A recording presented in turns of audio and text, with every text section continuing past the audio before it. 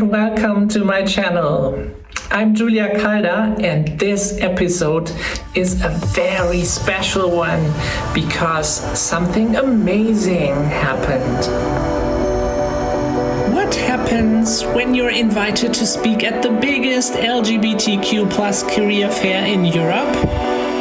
Well, you pack your suitcase, take a deep breath, and go. This is Sticks and Stones Berlin 2025, and this was my journey.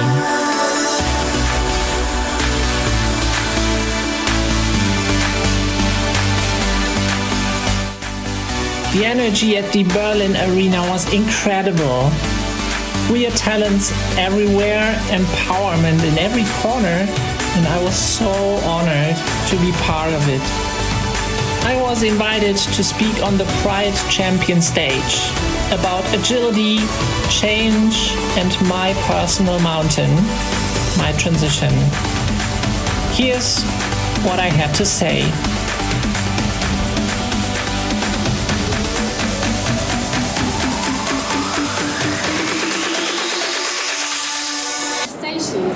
And today we're also going to have a deep conversation with her about the question, what does it take to navigate change? And the path ahead is unclear and deeply personal. How do we thrive through that? The talk is titled, Climbing the Mountain, What My Transition Has Taught Me About Agility. We're going to have her share how gender transition became a real-life test to agility and a mindset. We will go from personal growth to organizational reflection. Julia explores how small steps, openness, and retrospection can help individuals and societies to thrive. And more about her. She is a manager for global talent and agile organizational development. Sorry, there was a lot of hard words in there. At Henkel AG. And she has experience with over 10 years, started out as a software developer and now switched to talent development. Thank you so much. Please come on stage.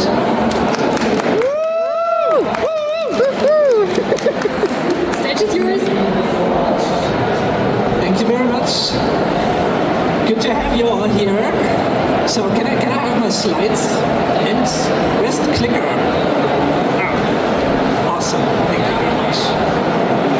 Yeah, great. Hi everyone. Happy Pride and thank you very much for having me today. As you already said, my name is Julia Calda. You heard my official job title, but I used to say I'm an Agile Team Coach at Henkel in Düsseldorf. And today I'd like to take you on a climb. A climb that basically changed my entire life. So, climbing the mountain, what my transition taught me about agility. So we're gonna have a look at agility in life, in business, and far beyond. And first I'm going to share a bit about my very personal mountain, then the agile tools which kept me going through my transition, and then I share some thoughts why I think the world could use more agility.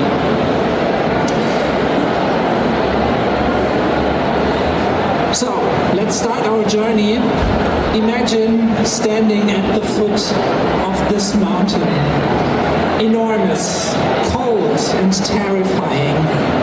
And you know the only way to more light in your life is up and over this mountain. And one question to you here in the audience, did anyone experience such a big mountain in life, either private or in business? Just quickly raise your hand. Quite some, alright. Over there, would you be willing to quickly share that? I'm not sure if I hear it, but would you be... what it was? Oh yeah. 1 second. I think that my personal experience was coming into a totally different country and starting from scratch. Who else raised their hands? Didn't see. Anyone else? Okay. Let's continue. Thank you very much. Yeah, see, that's a big one, right? I can relate to that. So, yeah, let me tell you how my personal mountain looked for me.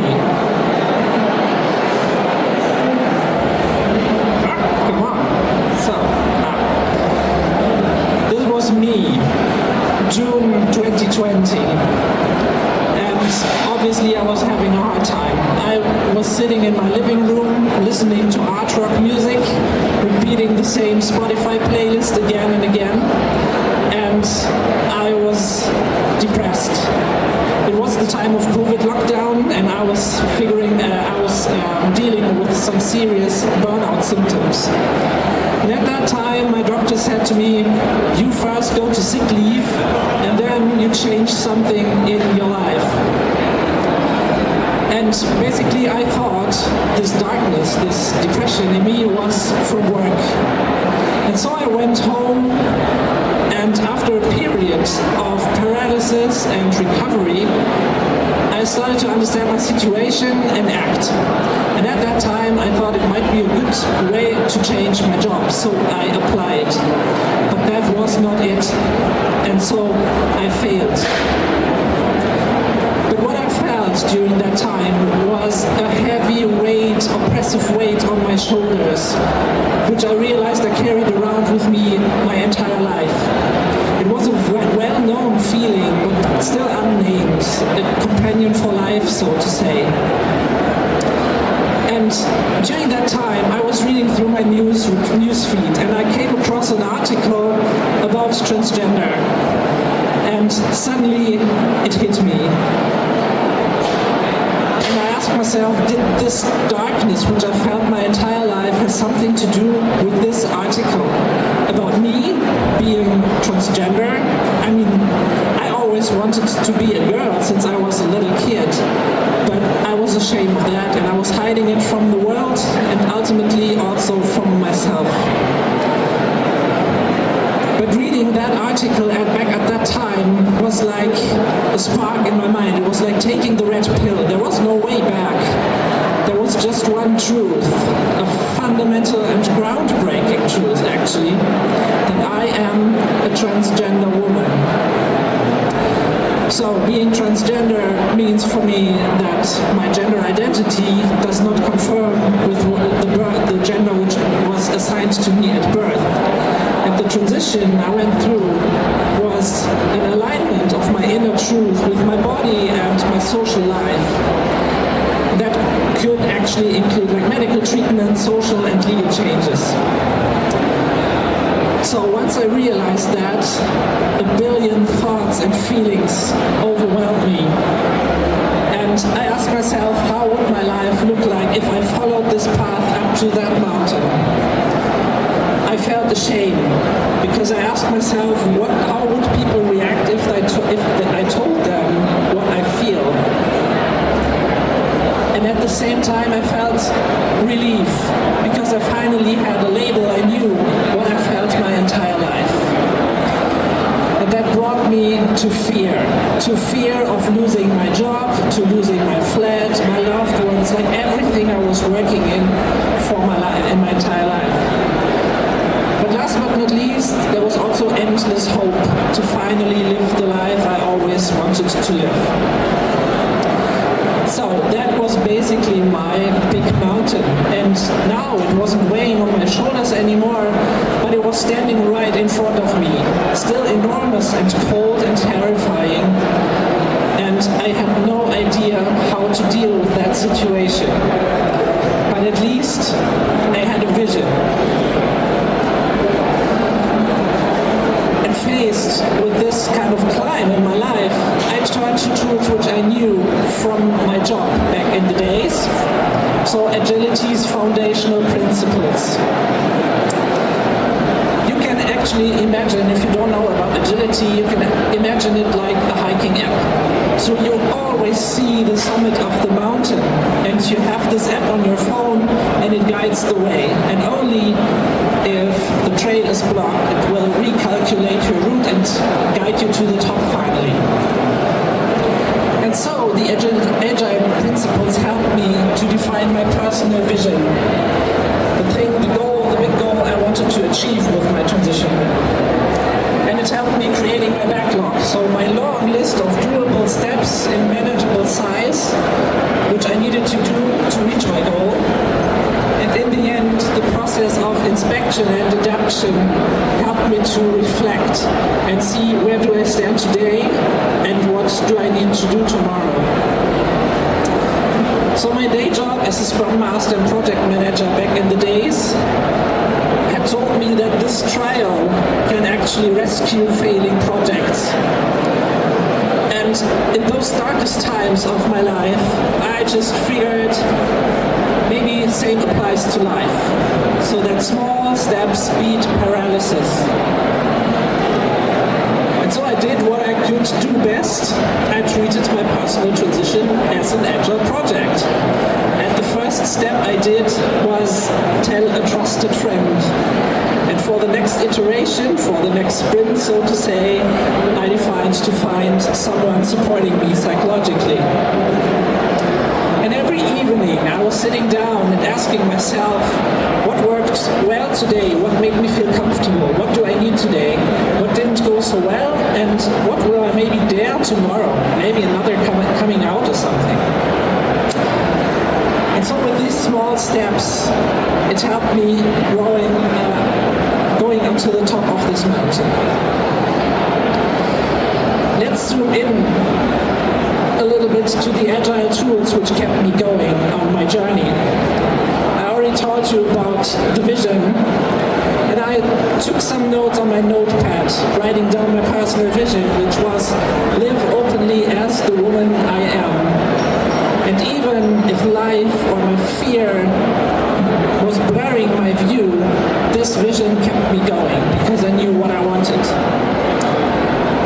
The retrospectives, as I said, that was an iterating question I was asking myself regularly to inspect where do I stand today and what do I need to progress and improve. And that brought me to adaptation. So whenever I made a plan and life met my plan and usually life won, I didn't call that failure, I called that feedback. So whenever my hormones, for example, went sideways, I rescheduled my day and maybe took some me time when I needed. Or when the court just rescheduled my appointment for my official name change, I reprioritized ordering my new ID card. And last but not least, one of the most fundamental principles of agility is being open to change. I mean, agility isn't about heroic certainty. It's about curiosity. And it's bringing us from a I must know mindset to more the question of what can I learn? And this mindset enables us to beat paralysis and get moving again. So these sticky notes were basically my entire operating system I was working with through my transition. And on that way, I was breaking down my tasks, my task into manageable pieces from big rocks, clearing my way up to the top of that mountain. And I built a personal transition backlog, including a lot of tasks, dependencies, and things to consider. And it actually kind of looked like that with all these stones. I asked myself how to come out, to whom and when, and how to deal with gender dysphoria, just a new term I learned, and dozens more. And maybe again a question to you in the audience. Which one of these, what you see here, I hope you can read them, which would be the most challenging for you? Any idea? Surgery. Coming out. Coming out. Huh? Coming out. Coming out? Coming out. Coming out. All right. Yeah, coming out is a big thing, and it's going out of the comfort zone. Right. Fully agree to that. So, fast forward. It's late 2020.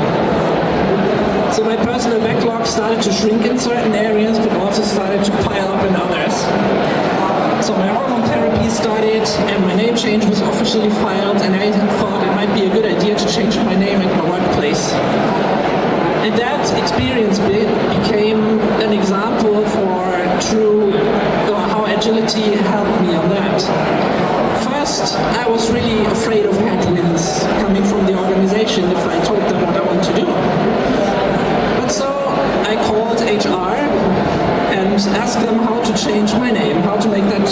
change happen. And the person on the other side, she didn't reject me what I personally thought would happen. But she talked to me and said, well, look, I don't know, but let's find out together. And that was really a heartwarming experience for me. And in the end, together we pioneered and made that change happen, although it was new, kind of new to the organization. So bottom line for me here was this person on the other side of the phone line, she didn't have a checklist, she didn't have a predefined process, but she had the right mindset to do this change. Again, fast forward, end of 2023. So this terrifying mountain laid behind me, my transition was officially over. And with radical openness, reflection, these agile tools, and a lot of allies, I kind of made my way up to the mountain, to the top. And I finally achieved something what I thought was impossible. Again, fast forward to today. Life is everyday life again, and there's not so much drama in my life anymore, luckily. But other terrifying things happen in the world which make me suffer somehow. And I hope you can hear that, read that. So we see war, we see climate change, AI revolution. So let's zoom out from my personal mountain more to the planet. And I thought this planet is a giant backlog. Probably the biggest we ever had. And I figured that humankind doesn't use the right tools to tackle them. And looking back at my personal journey, I was thinking a little bit deeper about this agile mindset which I was using in my job every day, but more on a global scale.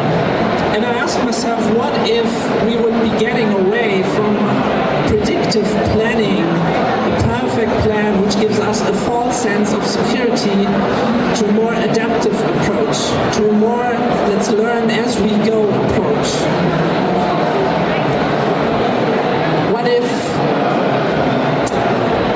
What if we as a global community would run retrospectives on a quarterly level, for example?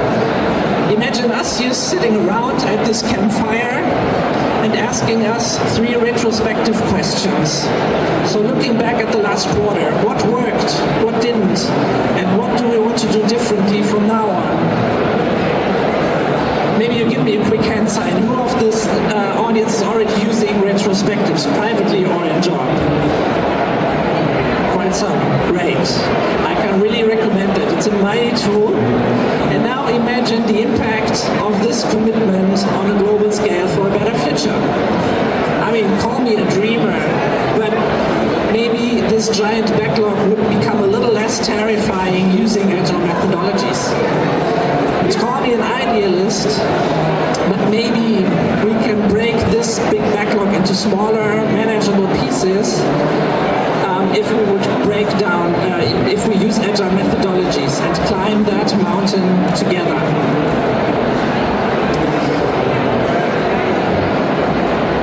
That was not too fast. Okay, so let's bring this terrifying mountain down to the campfire. I have a little exercise for you. If you're feeling comfortable, I'd like to invite you to shortly close your eyes when I guide you through 3 questions. So, it's just you. Imagine you sit at this campfire, you hear the wood cracking, it's a nice evening in the mountains. Now think of one area in your life, that could be work, study, or maybe a relationship. And now reflect on 3 simple questions. What went well in the last 2 weeks? What didn't? And what tiny steps could change your next week?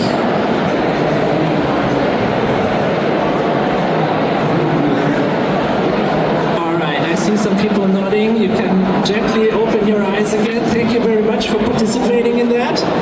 But hold that thought.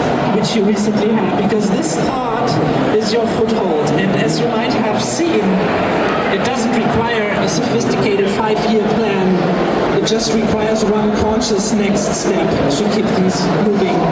And now imagine 8 billion of us doing this kind of reflection, maybe imperfect, but honest, on a regular basis. And we might discover that the biggest backlog ever might be less a wall, but more a path we can carve together. So, back to that mountain. Mountains doesn't shrink because of changing the mindset, right? And even today, I'm standing in front of new challenges which bring me out of my comfort zone, like this talk today. And I recognized that mountains are still mountains. But small steps move us forward, and so did mine. The Agile mindset worked for me in the biggest, most terrifying, but also most liberating change in my life.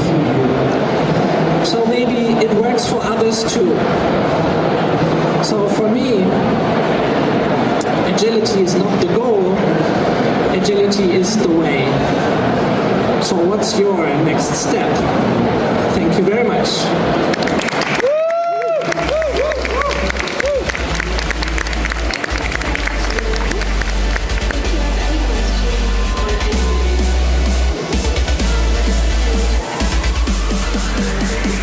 After that talk and an amazing day, not just came a massage, but also an amazing celebration. And the feeling of having truly arrived. Not just in Berlin, but in myself. This day was powerful, emotional, and important. And I'm deeply thankful to the Sticks and Stones team, all my Henkel colleagues, and to everyone who made this day possible. And to you for being here and watching. Thank you very much.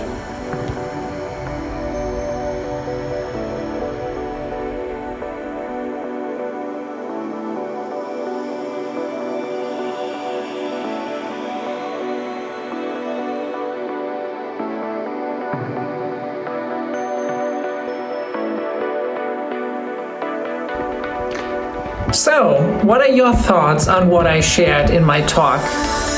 Let me know in the comments. I would love to hear from you. And if you enjoyed this, just leave me a like and a subscribe, and stay proud.